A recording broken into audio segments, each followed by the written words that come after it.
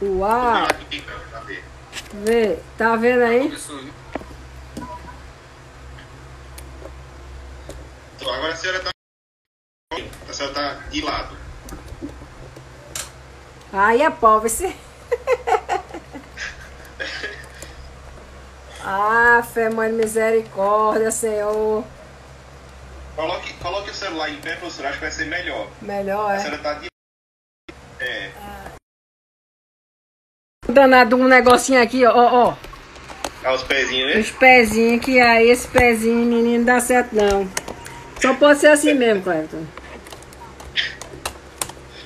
De Mas lado. tá quase, tá quase. Uau.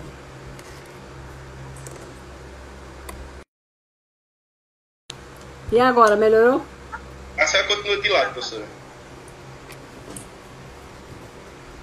Ah, sim. É, e tem que ficar na vertical, olha como é que a senhora tá. Apareceu. É porque esse celular não dá certo não, tem que ser assim. E agora? É, continua Agora. vertical. Tô na vertical Foi. agora. Não, continua deitada. Não, eu Ah, tô na voltou. vertical Agora agora. ajeitou. Ajeitou agora. Então. E agora, o que é que eu faço, pelo amor de Jesus? Pronto, Vinícius vai mandar uma notificação pedindo pra senhora. Socorro! Vamos encerrar essa chamada, né? Encerra, encerra. Tchau, tchau. Teste.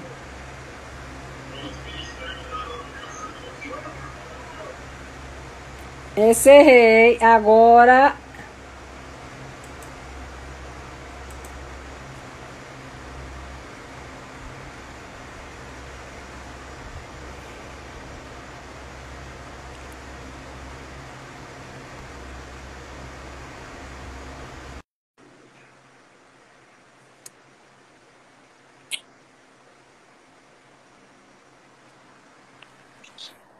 Oh, Tá me ouvindo? agora estou, ó. Ah, Tranquila. tranquila. Aí, deu certo. Graças a Deus, olhe. Nesses tempos de Covid-19, ainda tá com uma dor de cabeça dessa. Mas é isso. Vamos melhorar, Esperar. né? Mas a gente vai aprendendo, né? O Mas é assim, processo. mesmo sendo o mesmo processo de aprendizagem, né? A mesma coisa é exatamente a utilização dessas tecnologias para a gente, né? Essa conversa que a gente vai ter hoje, exatamente sobre isso, né? Pessoas assim que nem eu, né? Do tempo, né? Mais um pouquinho mais para trás, usar essas tecnologias não é tão trivial, né? E exige exatamente um amadurecimento, um entrosamento com essas novas tecnologias, né? E esse aqui é o grande X da questão. Vamos esperar mais um bocadinho? Esperar da hora, né? 2 minutos. Né? Boa tarde para todo mundo.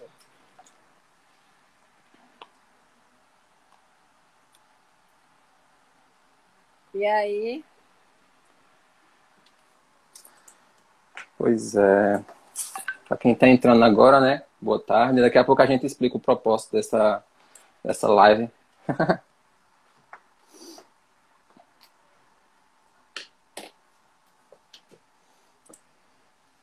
Beleza. A senhora tá conseguindo Olha, me ouvir bem? estou conseguindo ouvir tranquilo. Ah, E o perfeito. suporte técnico é bom porque a gente tem um suporte técnico, né? Graças a Deus que a gente tem o Tem, suporte técnico desse tem uma pessoal. equipe, tem uma equipe por trás, né? É a equipe todinha por trás, que Pois é, vocês não né? percebem, estão aqui nos ajudando, não é? Sem contar a gambiarra para poder o celular ficar em pé. Também, né? As gambiarras todas da vida. Mas, enfim, tá dando certo por enquanto, né? Pelo menos a gente tá no ar e isso é que é importante, não é? Então, gente, vamos começar? Sim? Então, eu, para aqueles que não me conhecem, né? Eu me chamo Fernanda Alencar, sou professora do programa de pós-graduação em Engenharia da Computação da Poli, né, UPE. E aí, nesses tempos de coronavírus, né, de quarentena, a gente está exatamente nessa live, no processo de divulgar o que é que a gente está fazendo com relação à área de engenharia de software, né? Por isso divulga C, né? Software engenharia. Exatamente vendo o que é que a gente está trabalhando, né? Porque a gente não para, a gente está trabalhando, né? Mesmo à distância a gente está trabalhando, temos algumas pesquisas em andamento, né?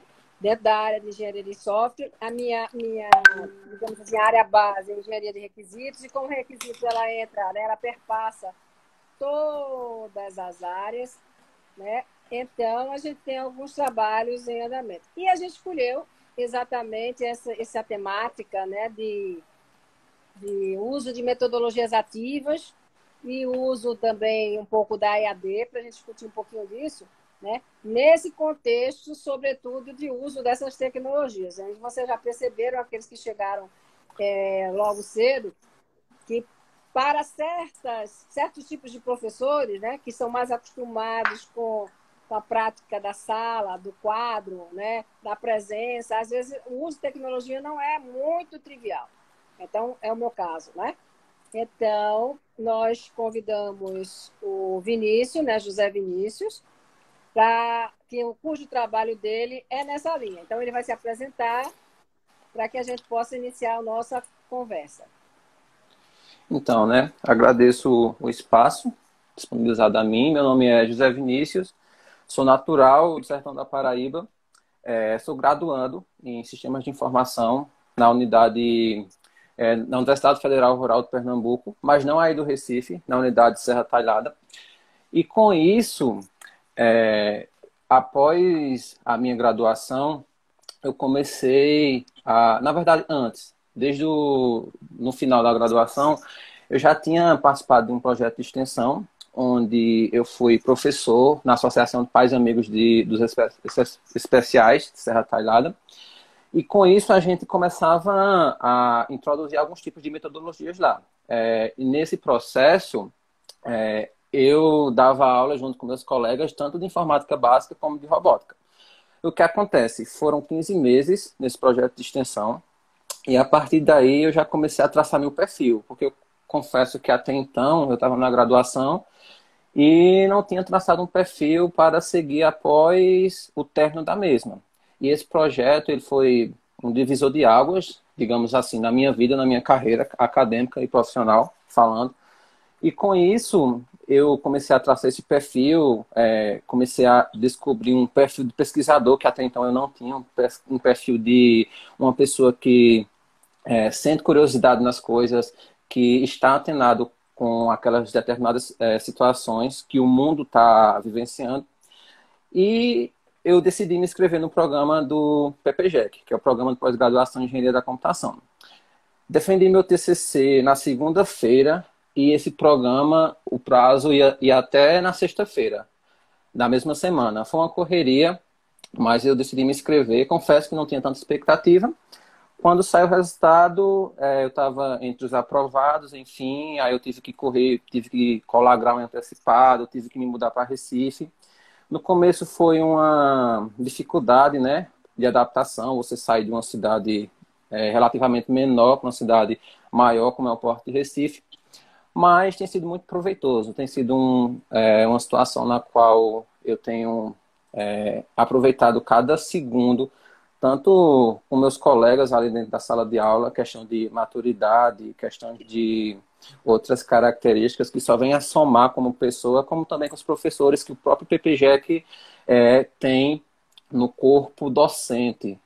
Com isso, estou há um ano, né, no programa de mestrado, e falta mais um ano. A gente está trabalhando nessa temática. Eu fui convidado para participar dessa live de hoje, onde a gente vai divulgar um pouquinho o trabalho que a gente tem fazendo.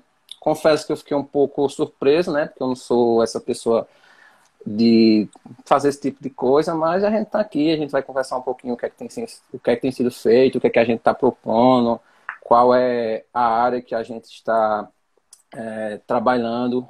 o que é que a gente está fazendo, como a gente está fazendo. E é isso. Esse sou eu, uma pessoa... Isso aí que eu resumi para vocês. Jovem é outro papo, meu filho, não é? Então vamos começar, né? Então, a linha mais ou menos que a gente traçou nessa conversa foi exatamente ver as perspectivas de uso das metodologias ativas e da EAD nesse contexto lógico, né? Que, na verdade, que a gente já está, né? Sobretudo na Sim. EAD, né? Uso da EAD, né? E aí, mas a gente vai começar um pouquinho por metodologias ativas, né? Por exemplo, para a gente Perfeito. entender mais, você que está se debruçando em cima desse estudo sobre o uso de metodologias ativas na engenharia de software, sobretudo, o que é que vocês têm encontrado? O que são metodologias ativas? Porque muitas pessoas não têm É, ideia do que seja. Então, o que são? então, professora, antes mesmo da gente falar sobre o que são as metodologias ativas, é importante mencionar que essa área das metodologias ativas ela está atrelada à educação, mas não só na educação em si. Ela também começa a se debruçar em outras áreas, como também a área da psicologia, principalmente a psicologia cognitiva, né? Onde esse tipo de psicologia, ela diz que cada aluno tem uma mentalidade e ritmo diferente de aprender. Eu tenho a minha mentalidade e o meu ritmo. Uma pessoa pode ter uma mentalidade um pouco mais distinta e o ritmo um pouco mais diferente do meu. E com isso, é, desde o início do século XIX, psicólogos, pedagogos têm começado a desbruçar, a pesquisar mais sobre o que cada pessoa tem que arrancar de dentro de si para poder ter as competências que são necessárias. E com isso, essa área ela tem um pouquinho desse pé na psicologia cognitiva, né? Onde ela busca trabalhar a percepção, a atenção, o raciocínio lógico, a memorização, imaginação, o pensamento e também trabalha a parte da associação de valores. Tudo isso essas são características desse tipo de aprendizado, onde muitas vezes o aluno é quem sai como uma pessoa, na verdade é o seguinte, ele sai como uma pessoa transformadora daquela situação onde ele entrou. Ou seja, as metodologias ativas, o aluno ele está como protagonista no processo de aprendizagem, onde ele vai sair daquela posição de um mero receptor de informações. A gente vê muito isso nas aulas tradicionais hoje em dia, onde os alunos estão ali, existe uma espécie de um muro, digamos assim, na sala de aula, onde o professor está como detentor máximo do conhecimento e está apenas transmitindo conhecimento para seus alunos. No ensino tradicional, que a gente consegue observar na maioria dos casos, tanto da educação básica como também no ensino superior. Mas, quando começa a utilizar essa aprendizagem ativa, essa metodologia ativa que a gente está conversando, o aluno ele vai ter tanto mais voz como vez. Ele vai começar a participar mais, ele vai começar a se engajar mais, a ter momentos de reflexão, ter momentos de crítica, e com isso ele vai traçar um perfil bem mais detalhado, bem mais positivo em relação a esse modo tradicional que a gente tanto vê no ensino atualmente. E Então, outra coisa, eu acho, você, só interrompendo, né? pois não? Que é exatamente aquela questão do aluno ser o sujeito da ação também, né? Então, o processo de ensino-aprendizagem, ele é uma via de mão dupla, né? E tanto Exato. que ensina quanto se aprende. Então, os sujeitos hoje não está mais só no professor, né? No aluno receptor, aquelas tendências pedagógicas que a gente costuma estudar na parte de didática, né? Nas formações Exatamente. que a gente tem. Mas é um sujeito ativo também, não é? E Com isso é certeza. também positivo para o professor. Só a gente vai discutir um pouquinho se é muito positivo, porque também observa as variedades dos alunos, não é? Os perfis dos alunos. A gente tem que considerar esses perfis. A gente vai ter que considerar outras formas de avaliação. A gente vai ter outras formas de condução, não é? Mas, o que é que você acha? Então, elas são realmente proveitosas do ponto de vista dos alunos, dos professores? Então, não sou eu, Vinícius, que estou dizendo isso, são os estudos, né? A própria academia, ela tem evidenciado isso através da literatura, onde o uso dessa técnica, o uso desses processos, porque as metodologias ativas nada mais é do que processos de interação de conhecimento, análise, estudos e decisões, onde tanto o discente, no caso, o aluno, ele vai sair bem mais preparado, digamos assim, para o mercado de trabalho, como por exemplo, como também os educadores, eles vão ter um momento mais crítico de reflexão, de avaliação, entre outras coisas. Ou seja, a literatura, ela tem evidenciado bastante isso, que são técnicas que estão sendo utilizadas de forma gradativa. É importante mencionar que essa técnica da metodologia ativa, ela começou a existir na área médica, justamente porque a área da medicina é uma área que precisa muito da prática. Você tem que ver aquele conteúdo de forma teórica, mas também você tem que aplicar da parte prática. E com isso, os outros cursos, as outras áreas, elas começaram a fazer uso e viram que são produtivas, que têm resultado. Que se você definir um objetivo certinho dentro daquilo que você quer alcançar, tanto para eu, no caso professor, como para aquela sala de aula que eu queira introduzir esses objetivos naquele corpo discente, essas metodologias elas vão sim trazer resultado, elas são benéficas tanto para o professor como também para os alunos, principalmente para os alunos. Ok, mas assim, então você vê assim, por que, né, a gente precisa, você já evidenciou algumas coisas nessa natureza, basicamente usar as metodologias, sobretudo porque o aluno não é mais hoje o mesmo aluno, não é? Exatamente. As coisas, não só as coisas, a tecnologia, o mundo tem mudado. Isso é claro e evidente. E conforme a população, a sociedade tem se modificado, a educação, muitas vezes, ela ainda permanece com o método tradicional que iniciou no século XIX, século XX e também no século XXI. Ou seja, é um método estático, onde os alunos, muitas vezes, eles estão apenas como meros receptores de informações. Eles usam aquele conteúdo não para um meio, digamos, não para eles adquirir aquele conteúdo, mas com uma finalidade. Qual seria a finalidade? Seria memorizar, digamos assim, aquele devido conteúdo e obter uma nota, um conceito no final. Ou seja, o porquê delas ser utilizadas vai justamente de encontro nessa transformação que a gente tem se deparado nos últimos anos, porque todas as áreas elas têm se modificado com lá dentro das tecnologias de informação e comunicação. E por que não a educação, que é uma área tão importante, que é uma área tão primordial nos dias atuais, não pode fazer uso dessas tecnologias? Com isso, essas metodologias começaram a ser introduzidas de uma forma gradativa para que assim elas possam ter os resultados que estão ali, muitas vezes apontados tanto na literatura, como feedbacks que você consegue adquirir, consegue extrair dos próprios alunos, dos próprios professores. E esse ensino centrado no aluno, ele aumenta a motivação do mesmo, a participação, e também ele propõe o desenvolvimento da aprendizagem, que é justamente um dos 3 pilares que essa área ela abrange, e faz com que esse novo, entre aspas, novo, né, porque é um ensino que ele surgiu há 100 anos atrás, mas como muitas vezes ainda existe uma certa resistência, né, de muitos cursos, muitas disciplinas, até mesmo os professores em atribuí-las elas no ensino e aprendizagem, elas estão começando a ser introduzidas de forma mais gradativa. Nos últimos 10 anos, se você pegar os estudos, você vê que muitos estudos eles têm apontado o uso dessas técnicas, porque nós, alunos, a gente cresceu com essa tecnologia dentro da gente, principalmente a gente que é mais jovem.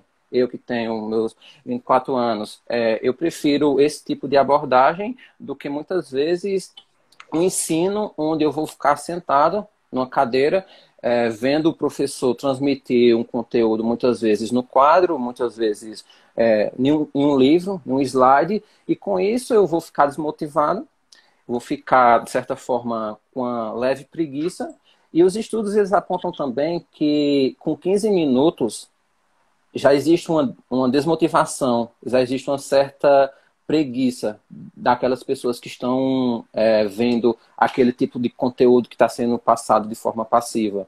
E é por isso que é importante começar a introduzir no ensino-aprendizagem essas novas abordagens de ensino, porque elas elevam, na verdade, o desempenho intelectual, educacional e profissional, que são competências que são essenciais para nós, cidadãos, aqui no século XXI.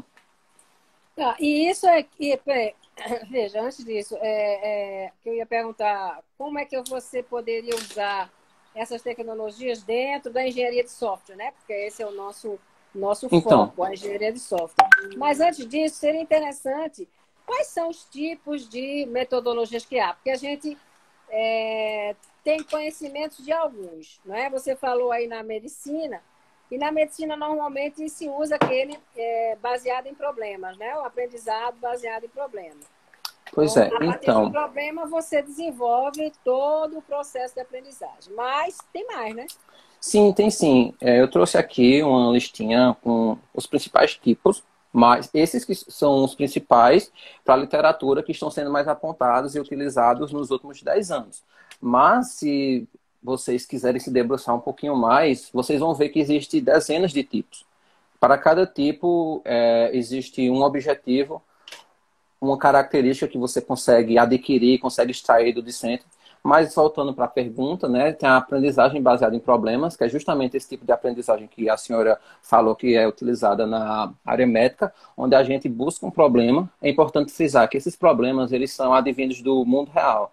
Ou seja, são problemas reais. São problemas que, quando saciados, quando resolvidos, tanto vai ter um retorno para a indústria, por assim dizer, como também para a população, como também para aquela disciplina, aqueles professores que estão fazendo uso. Tem a aprendizagem baseada em equipes, que é similar, mas é utilizando o conceito de equipes, que começa a acrescentar as valorizações, que é importante em uma pessoa em trabalhar com equipe, porque por mais individualista que seja uma pessoa, em um momento ou outro da vida dela, ela vai ter que trabalhar em equipe. Seja em um âmbito profissional, seja em algo pessoal, ela vai ter que fazer esse tipo de aprendizagem. Com isso, existe também esse tipo de metodologia ativa, né? Existe também a aprendizagem baseada em projetos, que vai similar essas duas perspectivas, mas utilizando projetos do mundo real.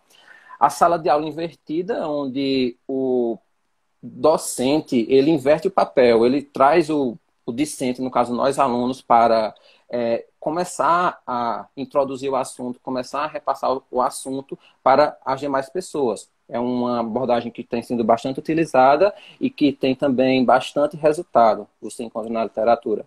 Existe também estudos de casos, mapas mentais e conceituais. É importante frisar que os mapas mentais e conceituais são bastante utilizados pelo pessoal que faz concurso, pessoal da área de direito também, porque deixa tudo esquematizado de forma mais lógica, de forma mais lúdica.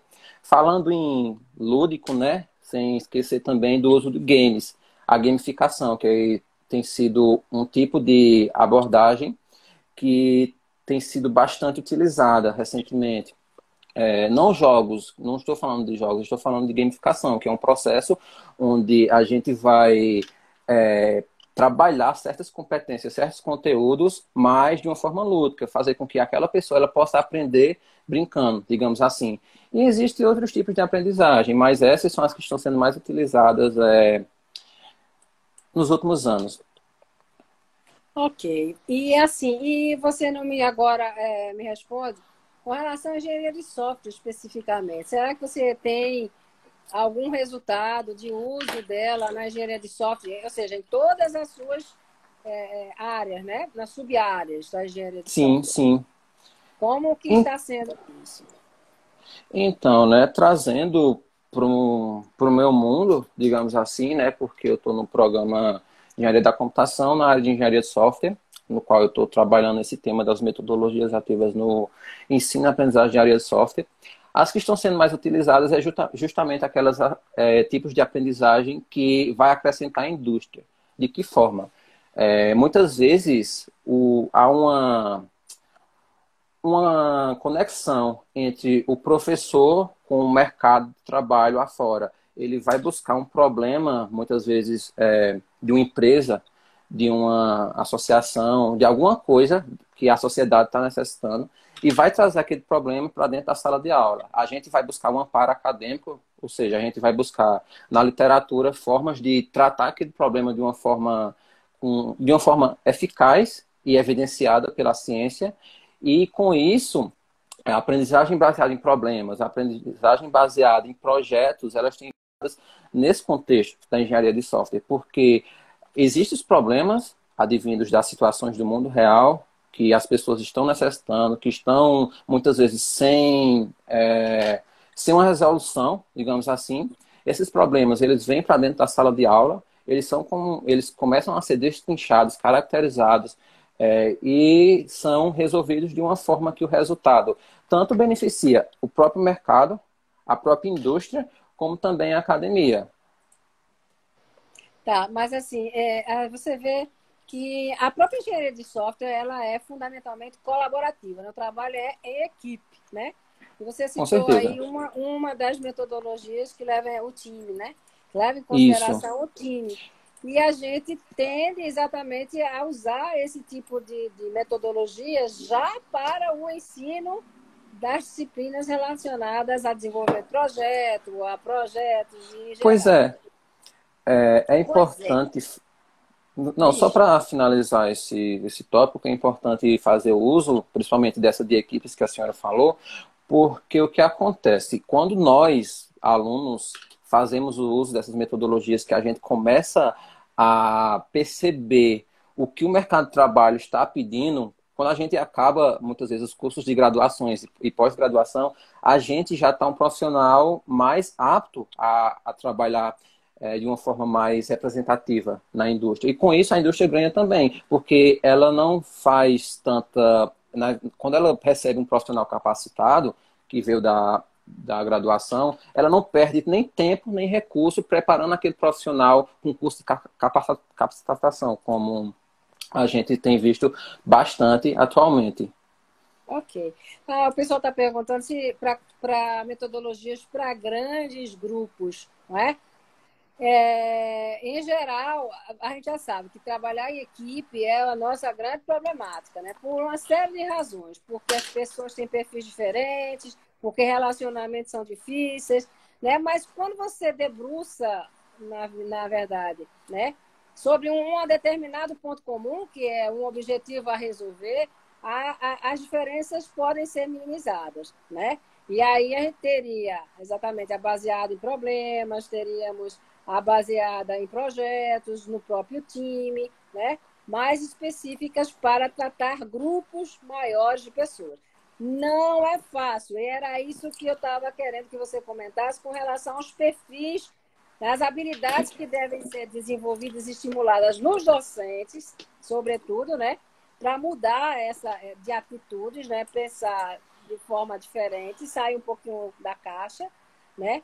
Para pensar como lidar com tanta coisa diferente. Porque quando você vai usar uma abordagem dessa, né, você tem que levar em consideração os perfis, né, as situações de atritos, os conflitos, como a Aline sempre conversa conosco, né? É verdade. Os conflitos que existem entre as pessoas. E o conflito de interesses, não é verdade? Então, como é que o professor hoje, que habilidades a gente pode pensar em serem estimuladas nos docentes para isso? Então, professora, trazendo para o âmbito das habilidades, eu acho que, primeiro, tem que existir a mudança de paradigma. Tem que quebrar o paradigma do professor e ele começar a utilizar esse universo de aprendizagem ativa. Então, mas além disso, é importante que ele esteja com a mentalidade de que ele vai ser um orientador, um mediador daquela situação e não um transmissor do conhecimento. Com isso, é importante que ele saia um pouquinho da sua zona de conforto. Essa zona de conforto, muitas vezes, está atrelada nas aulas que já estão, muitas vezes, planejadas. Por exemplo, você pega alguns professores que já têm o planejamento daquelas aulas ao longo de alguns semestres, ao longo de alguns anos. E, com isso, existe um pouquinho, uma certa resistência, porque o professor ele vai ter uma certa preguiça, digamos assim, de introduzir novas tecnologias. Mas a partir do momento que... Não vamos falar em preguiça, né? enfim, talvez não foi a palavra... Exatamente. Então, e com isso, é necessário que ele saia um pouquinho da zona de conforto, que ele tenha flexibilidade. A flexibilidade, ela entra justamente nessas características que a senhora estava falando, em mapear os perfis dos alunos, que a gente sabe que não é fácil. Uma coisa é você tentar aplicar o uso dessas metodologias ativas em uma turma com 10 pessoas, uma turma com 15 pessoas, mas outra coisa é você pegar uma sala de aula, muitas vezes com 40 alunos. E aí, o que é que você vai ter que fazer? Então, Se vira nos 30. é importante você mapear e não necessariamente você utilizar só esse método. O ensino híbrido, como alguém já falou aí, não deu para ver no comentário, tem sido bastante utilizado porque justamente ele mescla essa parte teórica como também a parte ativa, a parte prática, que é o que tem valorizado as competências e as habilidades nos alunos. Agora, Vinícius, se eu Você- quiser fazer isso agora, nesse outro contexto, sobretudo agora com o coronavírus, não é? Com as Sim, quarentenas, cada um de nós nos seus espaços, e usando um espaço virtual. Como trabalhar isso? Porque temos a EAD, né? A educação à distância, com os seus principais problemas, né? As suas dificuldades, assim como metodologias ativas têm dificuldades. Os professores têm que estar dispostos a usar, mas também a EAD também tem um probleminha, né? Também assim, deve ter também essa mudança de paradigma também, apesar da EAD não ser muito nova, não é? exatamente. Essa eu trouxe um aspecto bem importante, porque a EAD, ela não é nova. Se você for aí na literatura, você vai ver que em meados de 1970, não, na verdade, 1700, já existia os primeiros casos do ensino à distância. Não da forma que a gente vê hoje, mas já existia. Enfim, conforme a tecnologia tem avançado, a EAD ela também tem avançado com o avanço dessa tecnologia. Conforme a sociedade avança, a educação à distância ela também tem avançado. Mas, ao mesmo tempo que a gente tenta introduzir essas metodologias ativas na perspectiva EAD, tanto é benéfica como, ao mesmo tempo, é desafiador.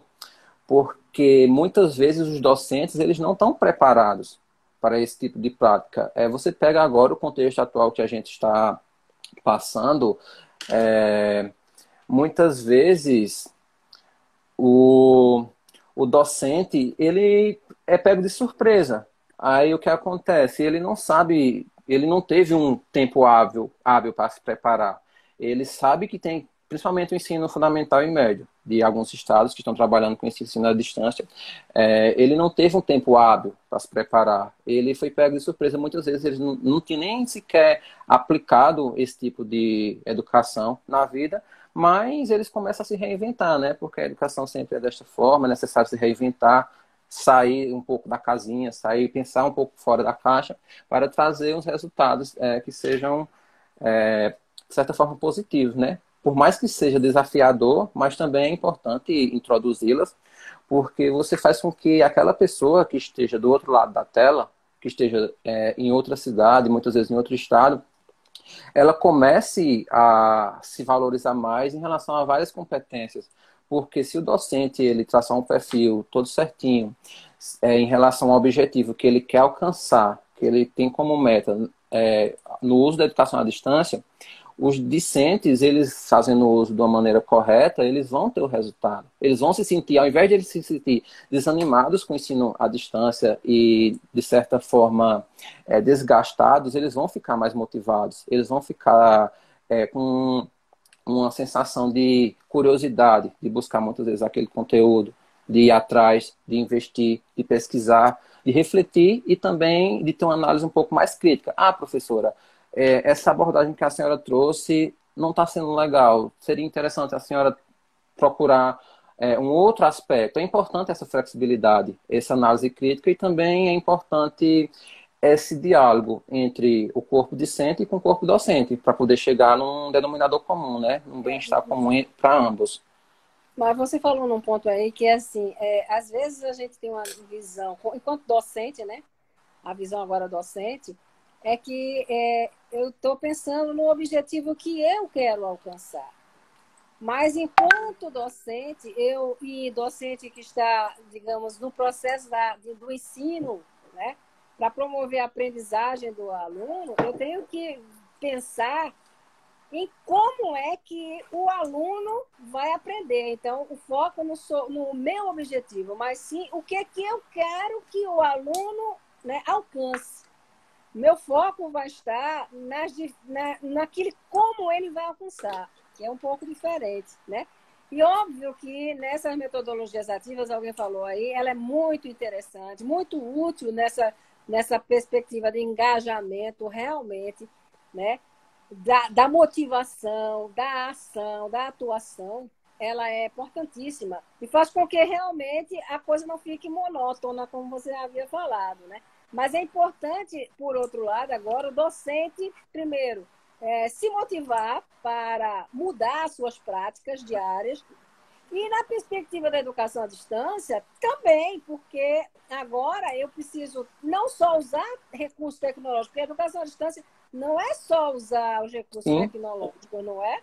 Não é só eu usar essa telinha, que para mim é difícil. Então, eu, professor, tenho que aprender como usar os recursos tecnológicos. Primeiro ponto.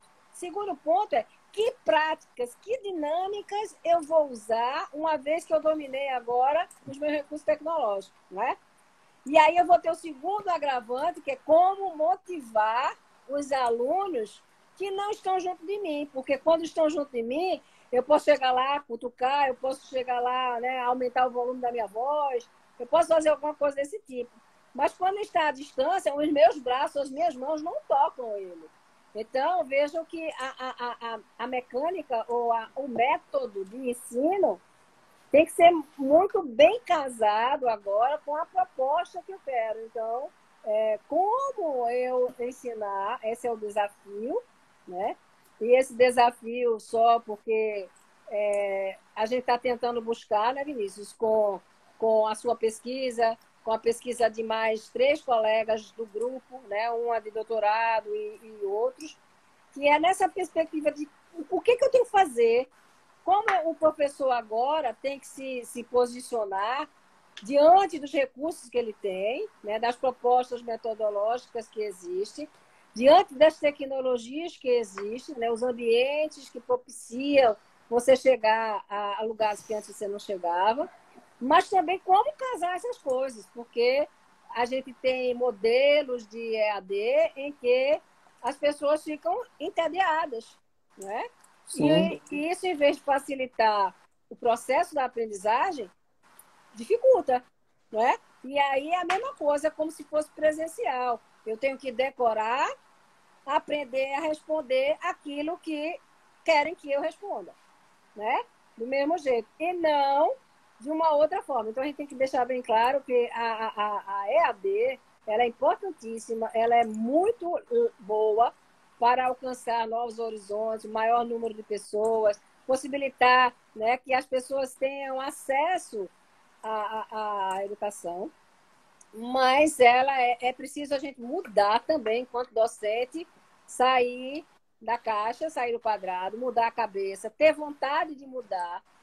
E aí, se eu acrescentar metodologias ativas nesse cadinho aí, né, nessa panela, eu vou ter que, né, malhar um bocadinho para poder, efetivamente, eu ter proveito com relação à associação das tecnologias, dos modelos de acesso a elas, né, seja qualquer que seja a plataforma, com mais ou com menos recursos, mas quais atividades eu vou colocar nela para desenvolver habilidades. Tem que pensar nas habilidades, tem que pensar na forma de não deixar aquilo entediante, tem que pensar nos perfis dos meus alunos. Então, a gente, se só de falar, parece que já é cansativo, né?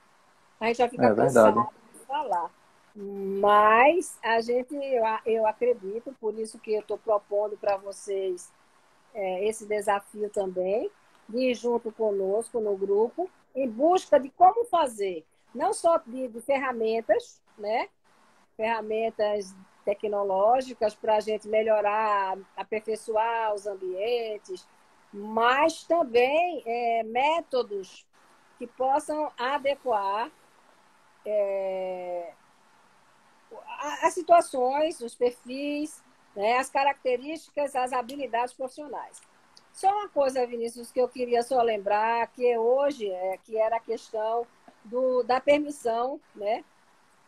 As portarias hoje com relação à legislação, né, que flexibilizaram esse AEAD, né, para algumas faculdades nesse contexto da Covid, que aderiram ou não aderiram, e aí é uma problemática, porque a gente pode não estar preparado do ponto de vista tecnológico, dos recursos tecnológicos, dos recursos metodológicos, né, das facilidades de acesso a esses recursos.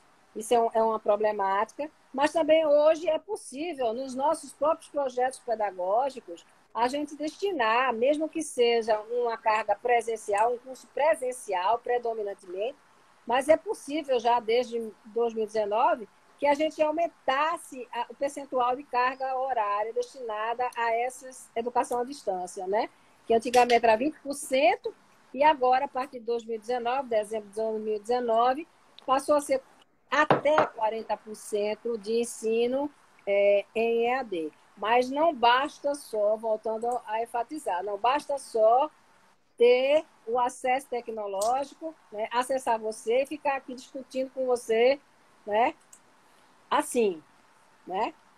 Tem muito mais coisas por trás. Sim, assim, só para finalizar, né, esse contexto das dificuldades que existem, a gente também não pode, trazendo para o cenário atual, né, a gente não pode deixar de lembrar as dificuldades que existem atualmente, porque a gente sabe que existe uma desigualdade social muito grande. E eu trouxe aqui dois dados do IBGE, do último censo, onde o IBGE ele diz que apenas 42% das casas no Brasil têm acesso a computador. E, além disso, o IBGE também informa que 33% das casas não possuem acesso à internet. Aí fica a deixa, né, só para finalizar, como a gente pode implantar a educação à distância de uma forma que chegue a nível nacional, se as estatísticas, se os dados, eles dizem que praticamente 60% das casas não têm computador, 70% das casas não têm internet. Realmente fica complicado, é um processo, na verdade é uma situação complicada, onde é necessário se reinventar, procurar algumas alternativas para poder fazer com que essa propagação da informação chegue o mais longe possível de uma forma eficaz. Que a gente não deixe ninguém de fora, porque também eu acho injusto você traçar uma educação à distância a partir do momento que, por exemplo, a senhora está com uma disciplina, quer continuar com ela à distância, e metade daquela população da sua disciplina não tem acesso à internet. Realmente fica complicado. É uma das dificuldades que a gente encontra atualmente nesse cenário. Muito complicado, né? Enfim, gente, eu acho que a gente está cumprindo o time aí, né, de 37 minutos. Aí também não pode, porque o nosso processo cognitivo também não permite a gente estar o tempo inteiro, né, falando. Dependendo de um determinado tempo, a gente já não entende mais, a gente não quer mais saber de nada. Então, por isso que essas nossas lives são um pouquinho curtinhas. Eu já ultrapassei aí os 8 minutos, não é, Vinícius? E aí, a gente pensou que ia ser bem rápido, né? Né? Mas ver que o negócio, né, o tempo, né, a sensação de tempo, quando a gente começa a falar, é diferente. Então, gente, de uma maneira geral, eu gostaria de agradecer a todos pela disponibilidade, né, pela participação, pelas perguntas, pelas colocações, que mesmo a gente não tendo respondido, mas eu vi ali, realmente são positivas essas colocações que vocês fizeram, né? Mas, enfim, estamos aí à disposição. Nós estamos num grupo dentro do PPGEC que está exatamente preocupado com o uso dessas metodologias e o uso das ferramentas que proporcionem a distribuição da educação, né? Os processos educacionais a mais pessoas. Obrigada por tudo. Obrigada, agradeço o espaço, o convite, né? E obrigado. Tchau, pessoal. Tchau.